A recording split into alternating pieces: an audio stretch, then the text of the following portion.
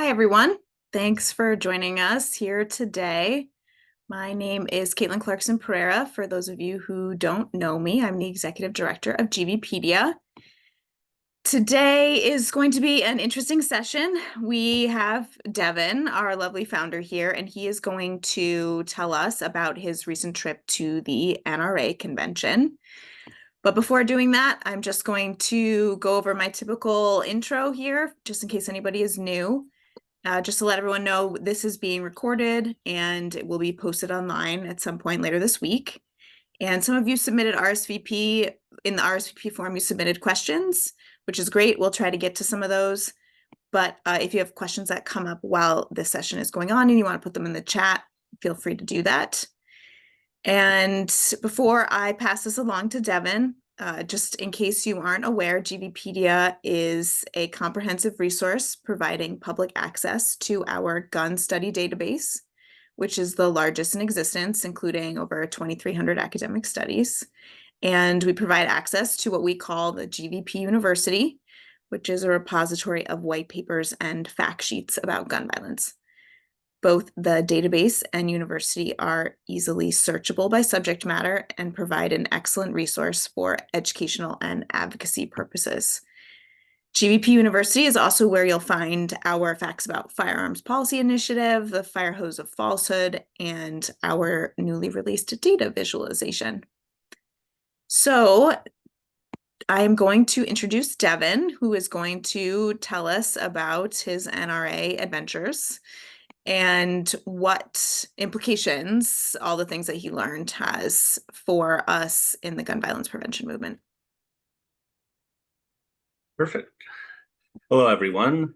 I'm going to go ahead and get my screen shared here, and we'll go ahead and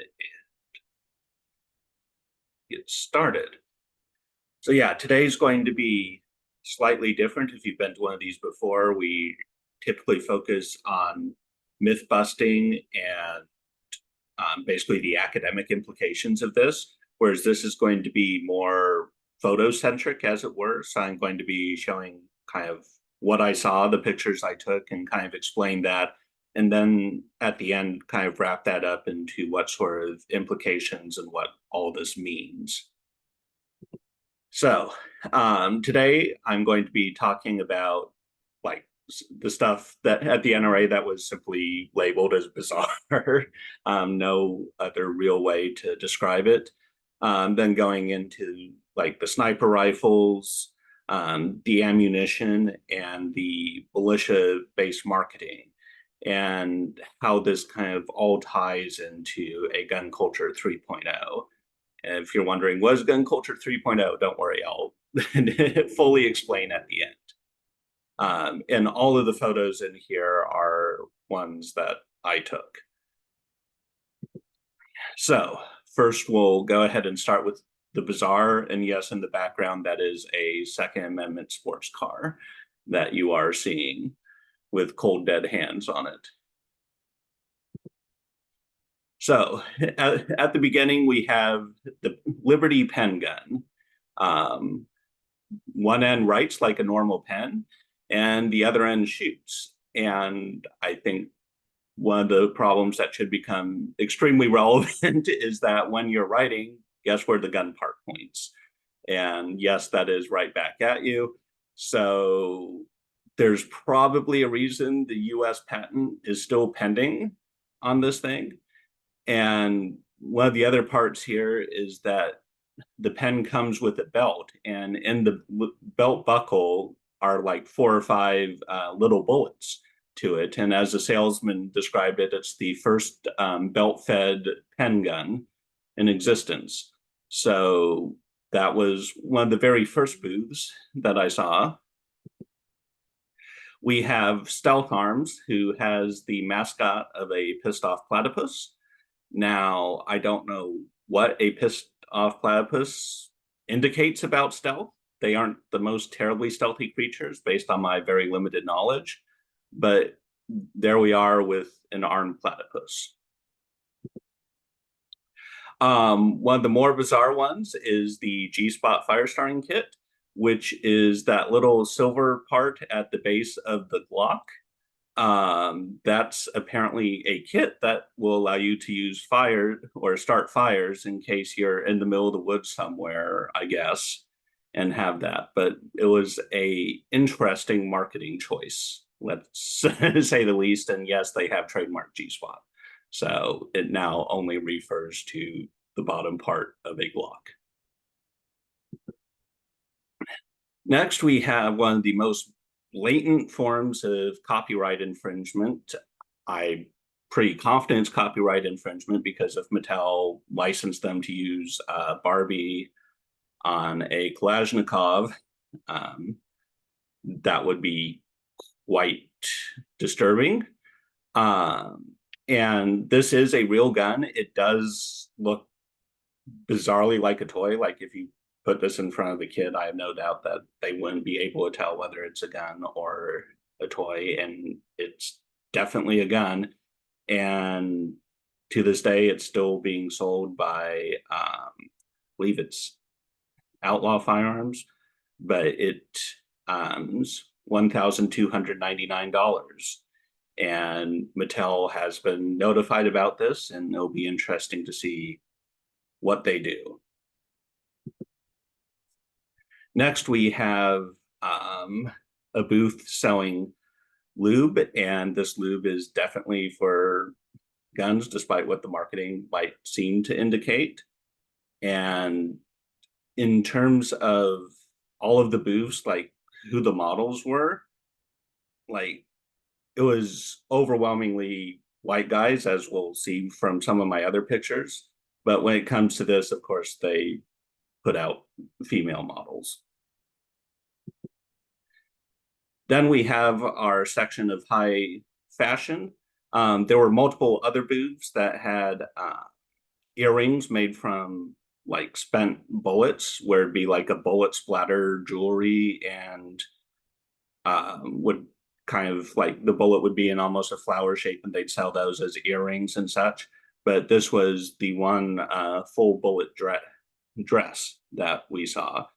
It was made by a relatively nice lady from Serbia, but apparently she was at the SHOT Show in Las Vegas, and they told her, you should really go to the NRA convention. And so there she was, probably doing fantastic business. And then answering the age-old question of who would Jesus shoot?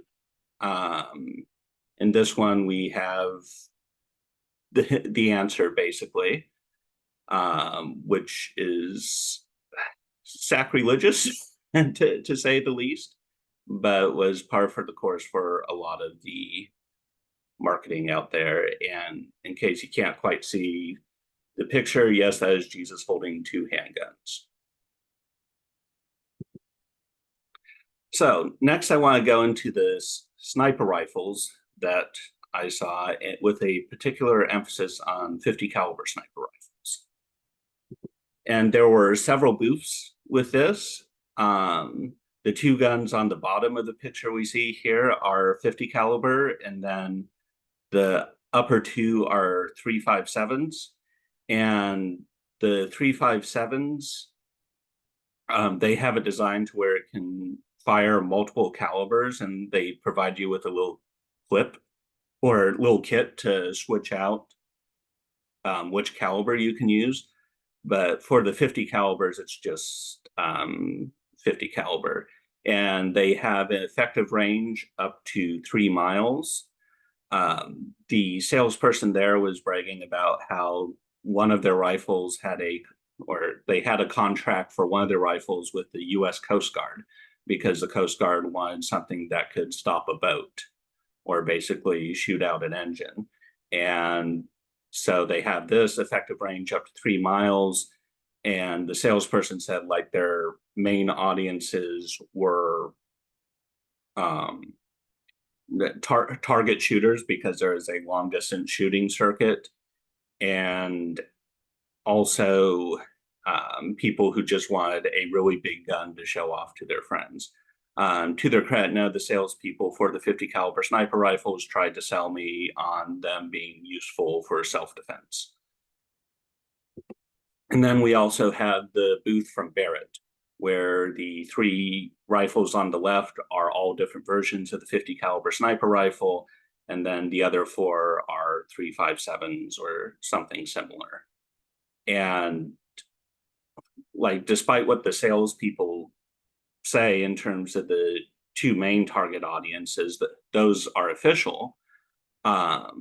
But as we showed in a podcast recently with an author of a book on the Mexico gun trade and cartels, cartels are very hungry for 50 caliber sniper rifles, and dozens of these are picked up each year across the border at crime scenes.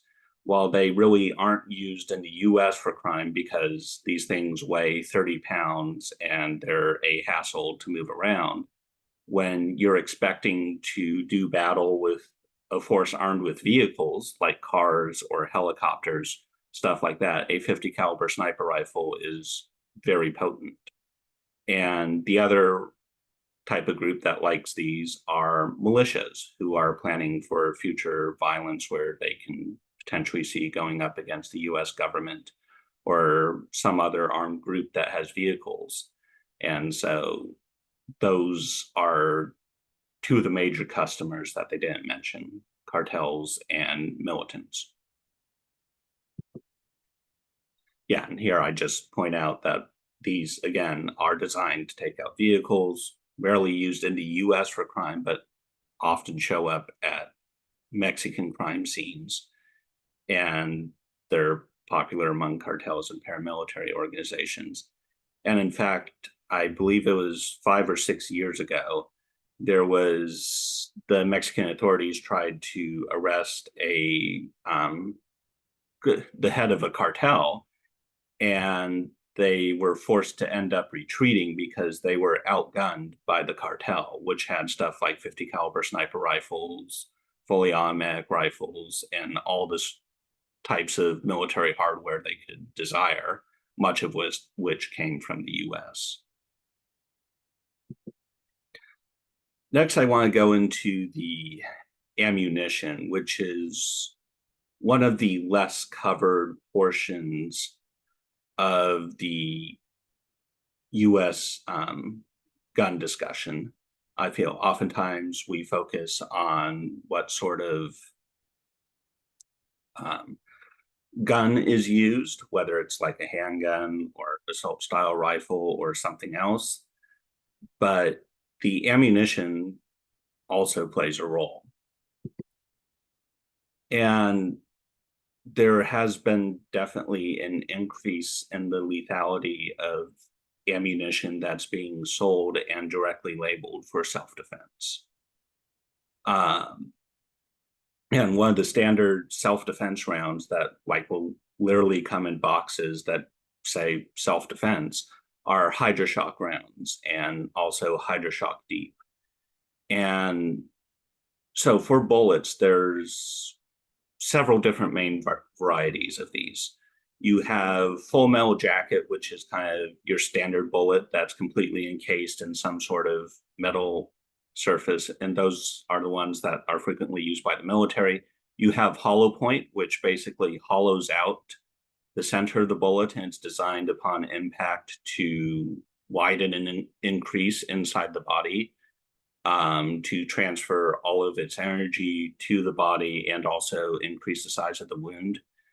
Then you have stuff like Hydroshock, where it's similar to hollow point, except like you'll keep like the central hard, it'll keep a hard center, but the metal jacket of it will peel back into the sort of flower formation that we see with the bare gel and heavy clothing labels, to where it both maintains full penetration but also widens the wound. And then there's also segmenting and fragmenting and fluted rounds that I'll get to as well.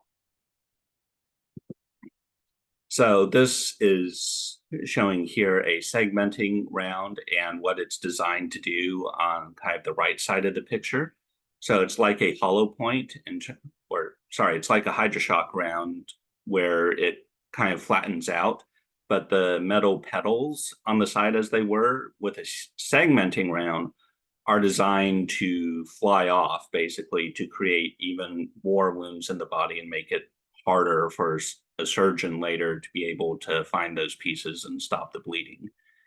And the salesman for this told me, because I asked, like, well, why should I use this for self-defense versus, say, a HydroShock or another type of round?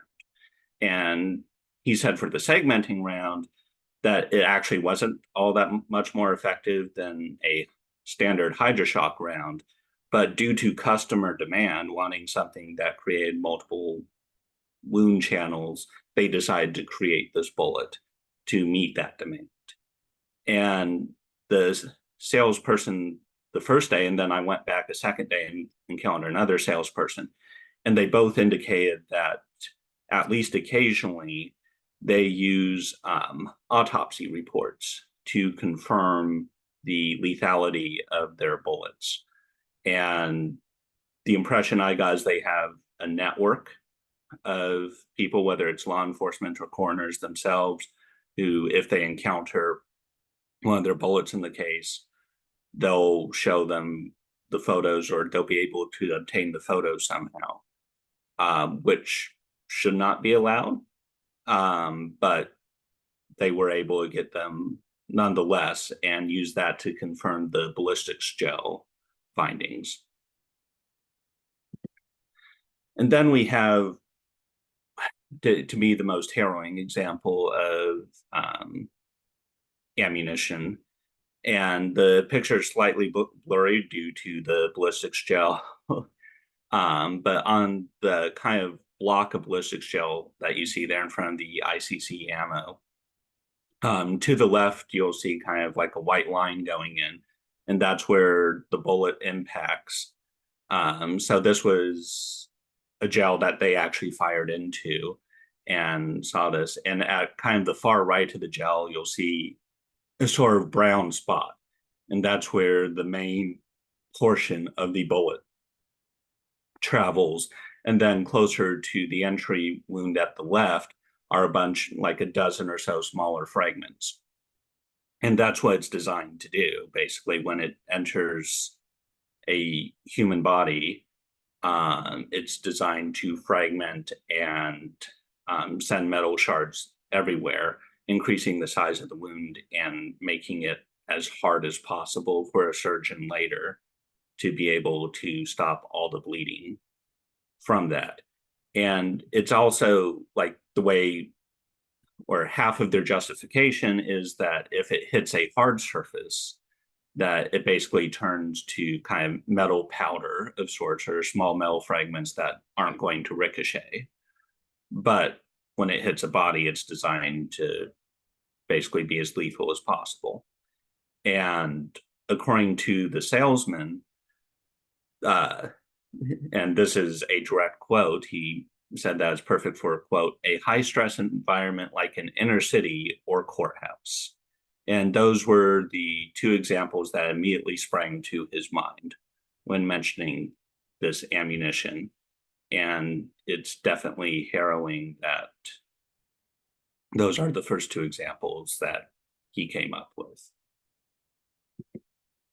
From there, I want to go into the militia-based marketing. And in the background, there's the standard "don't tread on me" on a form of body armor. That particular booth, in fact, also sold basically T-shirts with body armor in them that I did ask the salesperson. It does come in small sizes as well. So here we have first example of this militant-based marketing, as it were. And keep in mind that this is not a military convention. Like, the audience here is almost entirely civilians. The military supplies standard kit. Yes, some people in the military augment their kit, but certainly not with like the standard rifle or different types of helmets and stuff like that. All that's provided. So this is going purely for a civilian-based market, and this is how they're advertising to civilians. You have the same thing there with optics booths as well, designed to accompany the rifles, and oftentimes these are quite expensive. One of the ones that I looked at that was designed for thermal imaging, like its initial cost was $5,000. And to put that into perspective, the Barbie Kalashnikov that we saw earlier was $1,299. So the optics type sets for night vision and such were more expensive than that. And while some of the booths had a clear hunting theme to them for people who wanted to go hunting at night, most of them were selling in terms of this form of tactical setup where you don't go hunting with night vision goggles attached to a helmet in like full military style camo like this. That's just not something that happens. Here we have more of this similar militant based marketing. Again, these are not for soldiers. They are not marketing to soldiers here. And yet it's full military style equipment. And this is from Sig Sauer, one of the larger gun firms out there. Still at the Sig Sauer booth as well, and they're using the fact that they do have military contracts for some of their stuff to be able to then sell this to civilians. Here we have a variety of assault rifle varietals, and you'll notice in terms of the marketing, like you have Minuteman model, Renegade model, Revolution. They're all leaning into this militant type of marketing.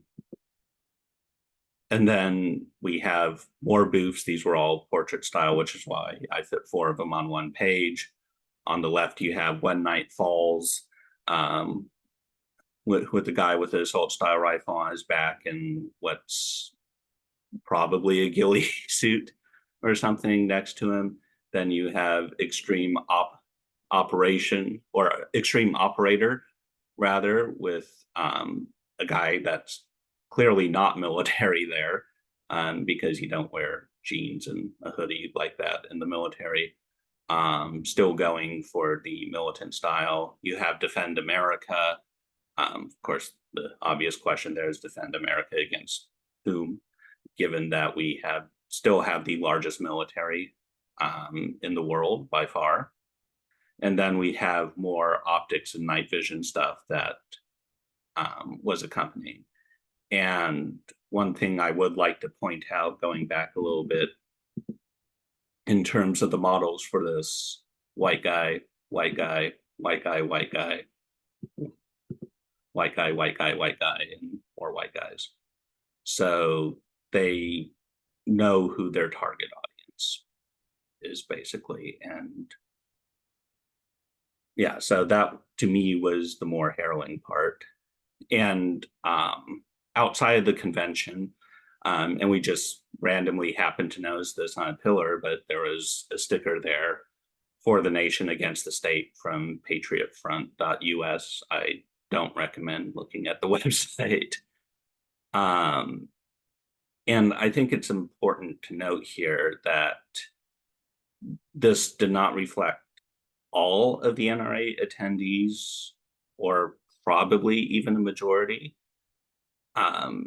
Not everybody there was militant or militia. You had a sizable elderly population. You still had people who were clearly there for hunting, people there who were just purely interested in the self-defense aspect. But there was a sizable amount of marketing for the militant audience here. And it's how these gun companies expect to make money, which means it's a sizable minority are either militia or militia cosplayers. And this was confirmed by a poll that came out, I think, a week after the NRA convention, from an ammunition seller there, of about 986 of the NRA attendees. And of those that they surveyed, 74% expected civil unrest around the coming election. 70% were stockpiling ammunition in anticipation of that unrest, and a full 39% expected a civil war to occur in the next decade. And the younger the participants of the survey were, the more likely they were to believe that a civil war was coming. And to kind of wrap this up as well, there is also a couple booths, but this was the more egregious one, of lawyers there selling their services for self-defense situations. And this one is, as it says, like, what if it's a bad shoot? And they provided me with this list of their services, and it's basically attorneys on retainer. And if you find yourself in a situation where you can claim self-defense, like it's $25 per month or $255 per year for a local plan, which I guess means one state, or if you want to be covered nationally, it goes up to $35 per month. And when the lawyer who's there was handing me merchandise and this pamphlet, he was basically saying, like, look, if you have a case where it was like domestic violence or with an illegal gun, we don't care. As long as you sign this form and attest that you tried, we'll protect you. And on this checklist, it's showing its coverage versus other forms of legal coverage. And as they mentioned, it covers criminal acts, use of illegal weapons, gun-free zones, expired concealed carry, if you're a prohibited possessor, covers domestic violence, impaired judgment by drugs or alcohol, negligent discharges. And so, yeah, basically goes down the list in terms of the areas that they're willing to cover somebody and other companies aren't. And while this is, because I did check with a couple lawyers, like, you are allowed to advertise like this. This is rather icky in terms of listing out all of the potential things to where you can just go to them and say, like, yeah, I tried, and they'll cover you for these acts. And so all of this kind of combined points to this emergent gun culture 3.0. And the idea behind this is that the gun companies are selling is that war is coming. And this was echoed in the political speeches as well. But in the past, oftentimes this has been focused on the federal government, and particularly with self-styled militias, the ire has been directed at the federal government. This was different, to where the people that were often being discussed about and who they felt the need to, in quotes, protect themselves from, it's like inner cities, courthouses, immigrants, and leftist students were the main topics, because this was during the protests around the Israel-Palestine war. So those were kind of the main topics that kept coming up in the political speeches, as well as from the people selling their wares in the convention. And for Gun Culture 3.0, there's this kind of academic delineation of the various gun cultures there. Gun Culture 1.0, which was kind of the original, was about hunting and sports. And this was seen in like magazines and variety, where they would sell to hunters and sportsmen. You'd have your more standard hunting rifles and revolvers and shotguns type stuff. And that culture was still here, but a distinct minority of the booths were catering to the hunting and sports. Then you had the rise of Gun Culture 2.0, which started taking off in the late 90s and has reached basically peak saturation, as it were, in the modern day. And gun culture 2.0 is far more about self-defense and concealed carry and highlighting the gun as protection. And I'd still say that that is extremely common and like market saturated. But then there's gun culture 3.0. And some academics labeled this as like an insurrection ideology and like going after or being prepared to go after the federal government. And while that's definitely a part of it, I think it's broader than that and taking the war part of culture war quite literally.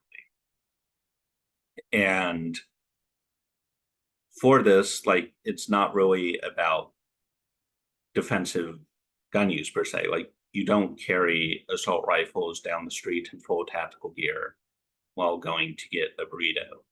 Like, yes, you did have open carry advocates doing this as a political stunt, but it's not stuff that you normally do, whereas somebody might conceal carry a handgun to do that. You're not carrying around a 50 caliber sniper rifle for protection. Like, these are not things that you do just in day-to-day self-defense.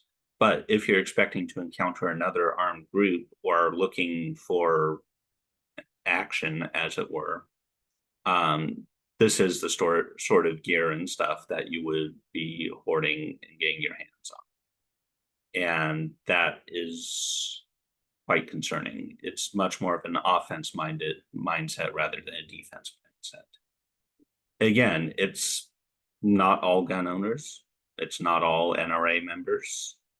And it's probably not even a majority, but it's enough. And as that one poll from the ammunition seller, who has every financial incentive to know their target audience, it was 39% expecting a civil war in the next decade and 70% stockpiling ammunition in preparation for civil unrest. And that's quite a concerning development and definitely a change from the 2018 NRA Convention, which was also in Dallas and I attended.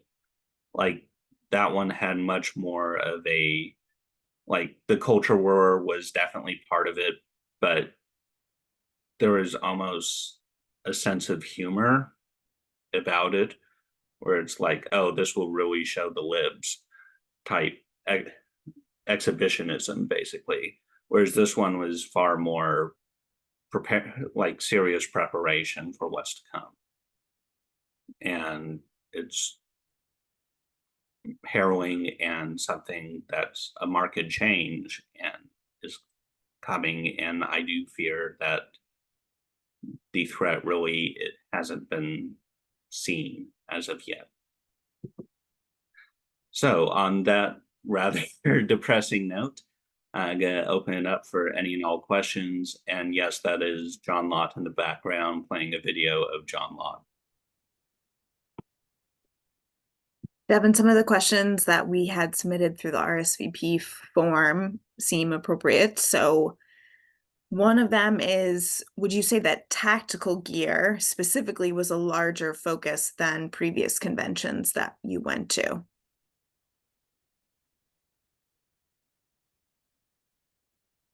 So in terms of the previous, so I've been to the NRA convention once, and I've also been to like a gun show in Kentucky last year.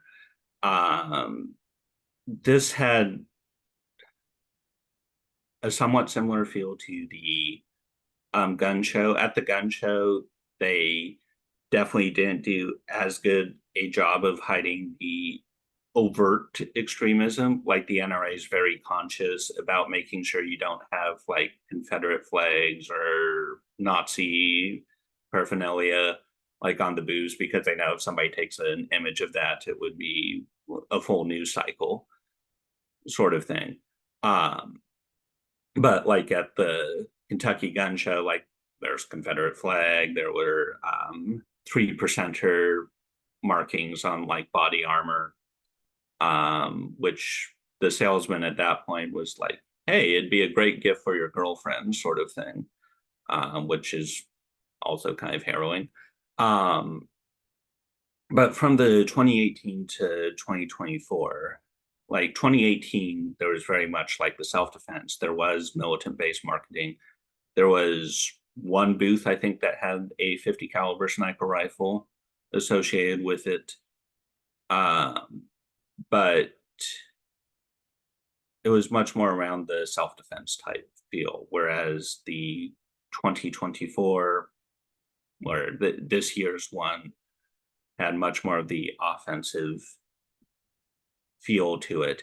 And some of the pictures I didn't show as well, there were several booths harking like gold coins and putting gold in your IRA and silver and stuff, to where it basically be a different economy, as it were, that's kind of separate from the federal economy. And like you had some small banks there providing their wares and really providing kind of an all-around package of, if you didn't want the federal government to know what you're up to or to guard against something occurring later on, that they would have services for you. Hopefully that answers the question somewhat.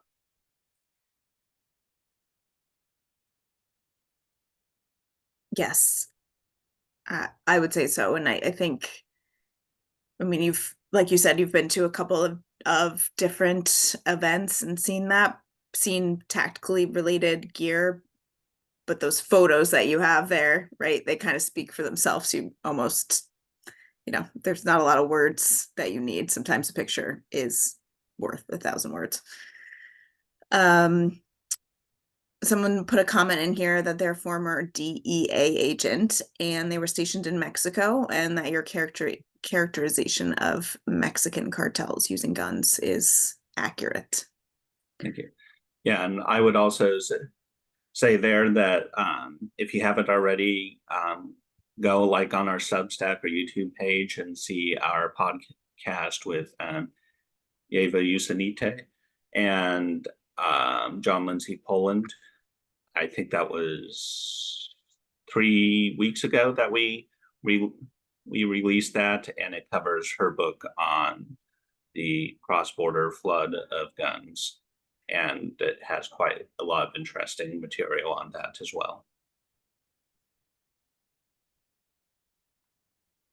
And you talk about, if you're aware of this, about the legality of those fragmenting bullets or any of those newer bullets that you saw that are created to cause more damage in human tissue. Yeah, so they are 100% legal for civilians, but banned for war, which is kind of an irony. There were a couple treaties back in the late 1800s, early 1900s that were looking to prevent the proliferation of bullets that would expand in someone or cause unusual amounts of damage. So for militaries, that largely means that they're using full metal jacket rounds. Now, occasionally, U.S. Special Forces, for a specific mission, will use hollow points because they don't want bullets to penetrate through somebody and hit an unintended target. Police officers often use hollow points as well. But for the civilian market, there aren't any sort of restrictions on this. There was a push to ban, it was Black Talon ammunition, which is a form of hollow point, or sorry, not hollow point, Hydroshock round, that would basically flatten out and have like talons to it. And just given the name, and that was used in a high profile shooting, that specific brand was blocked to civilians in the 90s. But the ammunition that today surpasses that. And there really hasn't been much of any attention to it. And so one of the things I'm planning on doing is doing a deeper dive into the ammunition and seeing what sort of statistics and such are out there. And at least from the early stuff that I've done, there's not much. Most of the emphasis has been on the firearms, not the bullets. And it tends to be unclear what ammunition is used quite frequently in a lot of these shootings. And these bullets, like there's the handgun rounds that don't typically have the shockwave associated with them, or at least not as much. But then you have rounds or when with a rifle, oftentimes they surpass the 2,000 feet per second or so. That when it impacts the body will create a shockwave. And some of the ammunition sellers there are differentiating their ammunition. Like most of what I was showing was for handguns, but some of the fragmentation rounds, for example, are designed more for rifles as well, where it ensures that there's more penetration and all the metal fragments are going into the body along with that sort of shockwave. So there's distinctions, as there were, between the various types of ammunition, what calibers they're best for, and whether like a handgun or a rifle. And there seems to be a lot of disagreement within the ammunition sellers as well as what's precisely best. Because like you do have the full metal jacket, which gun sellers tend to agree like isn't the most lethal. Then you have hollow point, then you have Hydroshock, you have Hydroshock Deep, you have the segmenting rounds, the fragmentation rounds. You also have, which I didn't show here, fluted rounds, where the head of the bullet will kind of look like a screwdriver of sorts, and it's designed when it goes into the body to send body fluid spraying out. So rather than metal fragments spraying out, it's the body's own fluids doing that and creating a kind of shockwave type effect, as it were. And there's kind of fierce debate over like which of these rounds is the most lethal. And one of the things that kind of comes up when doing preliminary research on this is like you have gun people quite frankly saying that for handgun rounds, stopping power isn't much of a thing. You need a rifle to do that. So these bullets, while they're ostensibly sold for the stopping power, it's much more like the lethality factor of it and having somebody die later. That seems to unfortunately be a selling point. I'm not sure if you'd have any insight into this, but do you have any thoughts or reflections on the involvement of the city of Dallas? There was some reporting that the NRA got a pretty big discount on their rental fee.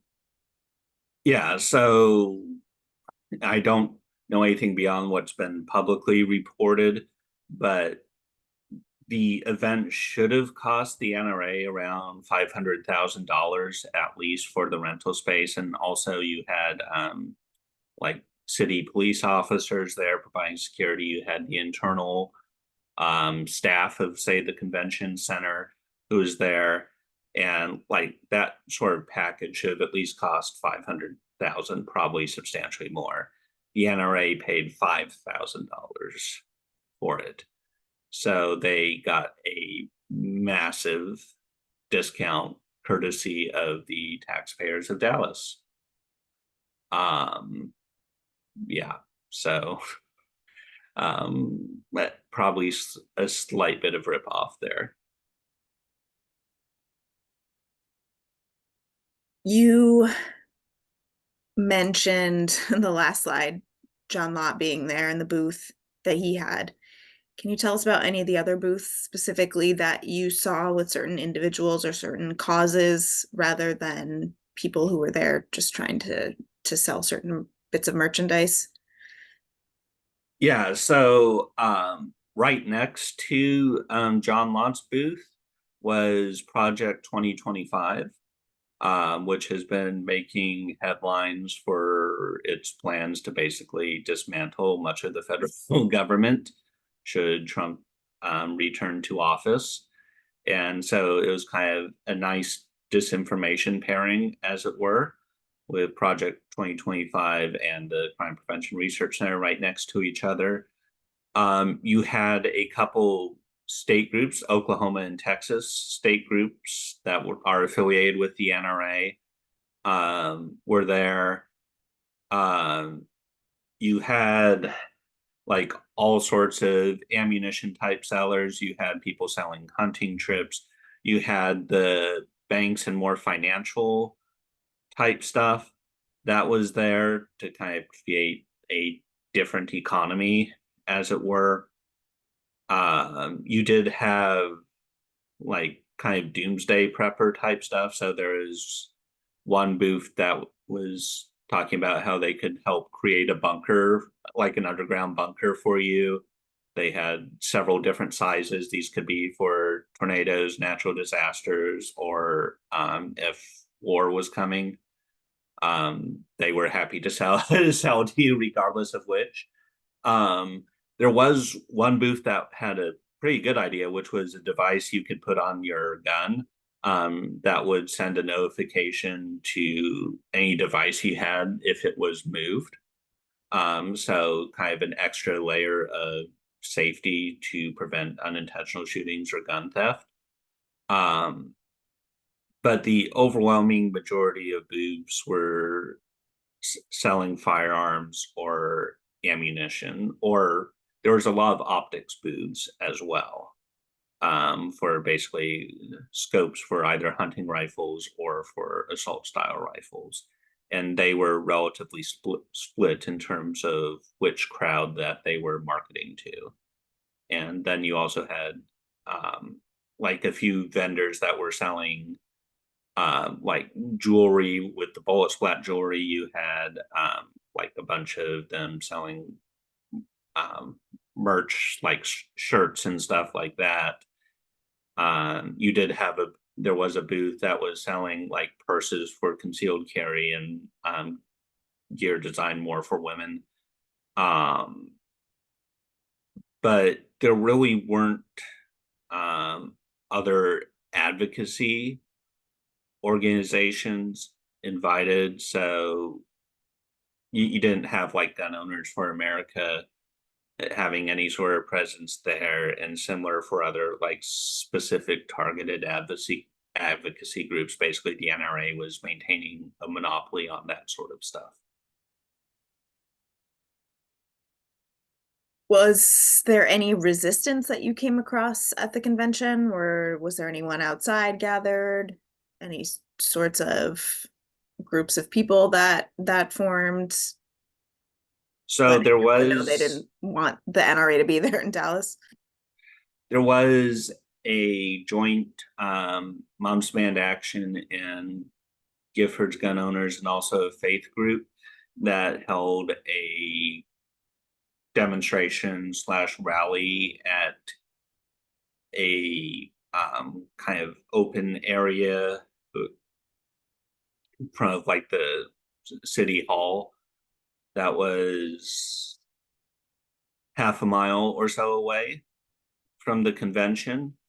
But to get into the convention, you had to be licensed and registered by the NRA. Like you had to be an NRA member, have your card, and um, undergo the background check to make sure that you're in their system. Which, I mean, to me, felt like a complete infringement upon my rights as an American. But yeah, they were fully into the licensing and registration front there. So there weren't any like internal demonstrations or like anybody in the convention doing anything. And there was just the event like half a mile away. And that was all that we really saw there.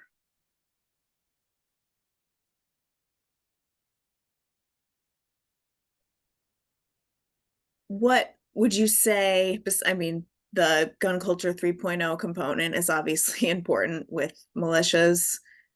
That's very, very scary. But are there any other sort of like big picture takeaways that you would like to report back to us?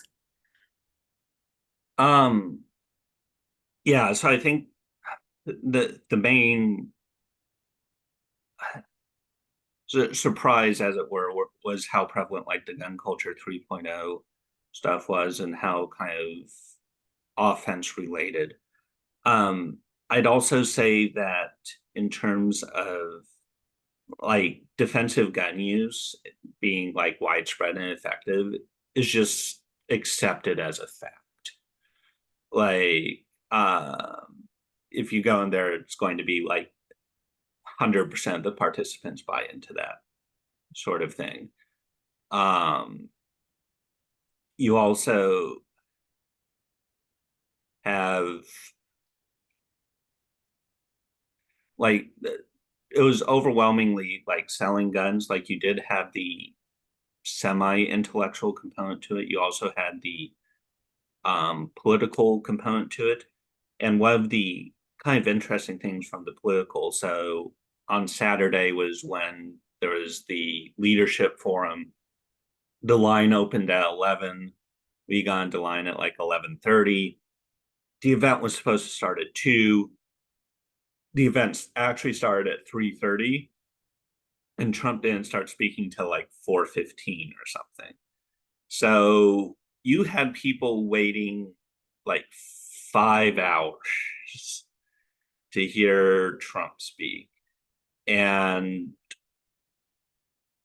people were very much grumbling about how long it was taking because, like, you're waiting there 5 hours for one person. But about 95% of the audience stayed. But then once Trump started speaking about 15 to 20 minutes in, there's a steady trickle out because it was one of those like, oh, we've already kind of heard all this. Much of the speech wasn't about guns. Same with Governor Abbott.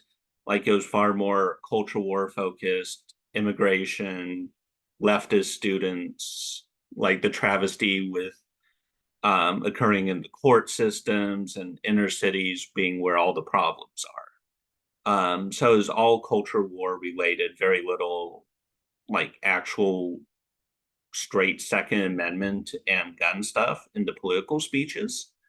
Um, but whenever, uh, like it was interesting because Trump showing up like that late was very much like Trump, not the NRA's fault. Like I'll blame the NRA for a lot of things, but Trump showing up late is not one of those. But the audience was very clearly blaming the NRA for it. Like they brought out speakers like, and here we have the president, and then there'd be like applause of the NRA, and there were actual boos for that because they just wanted to see Trump. And like the audience there was in a way much more Trump's than the NRA's, which was weird for like one of the most powerful lobbying organizations, and Trump's basically able to snub them for 2 hours or so and not lose a single fan. It was like bizarre on that political level. Um, but like and it's that political level combined with the shift in gun marketing because these are all various companies selling their wares, and it's like the political combined with like how the marketing shifting and then also the respondents themselves to like the survey that definitely indicates the gun culture 3.0. And it's also not some like gun culture 3.0, it's not something that like legislation is really going to fix. Like it's an ideology, it's offense based, like, and it's people who have already hoarded lots of weapons, hoarded a lot of ammunition, and are really gearing up. And so, like, one of the things that I've been trying to think of is like, what sort of legislation would help based on what I saw. And I do think there needs to be like a firmer look at legislation around ammunition. Um, but kind of beyond that, outside of the standard permit to purchase, child access prevention laws, stuff like that, there really wasn't anything directed for gun culture 3.0.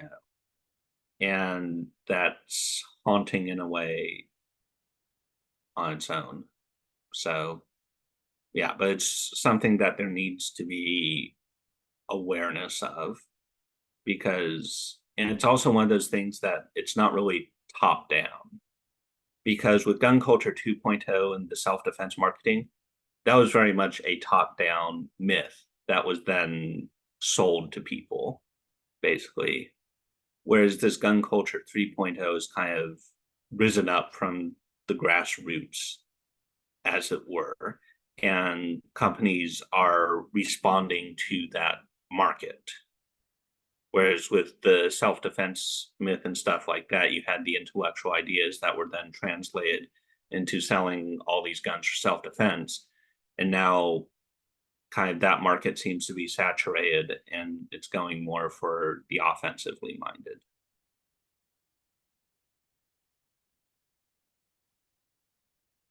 And just to confirm, I know you listed a bunch of organizations that you didn't see, but the Black Gun Owners Association was not there, right? Not that I saw. Okay. All right. Well, I want to be respectful of everybody's time. So we've been here for an hour. And thank you, Devin, for not only sharing your photos with us, but braving a world that many of us cannot imagine venturing into. So we appreciate you volunteering as tribute. And we certainly will be interested to learn more about what you were saying regarding the ammunition, whether it's just some basic research that needs to be done, or maybe it turns into legislation one day. That's obviously really important. So for everybody here, I will put this link up online in the next couple of days and I'll email it out to everyone so you can keep it for yourself. You can pass it along to other folks. But other than that, thank you all so much for joining us. Thank you again, Devin, and we will see everyone soon. Thank you.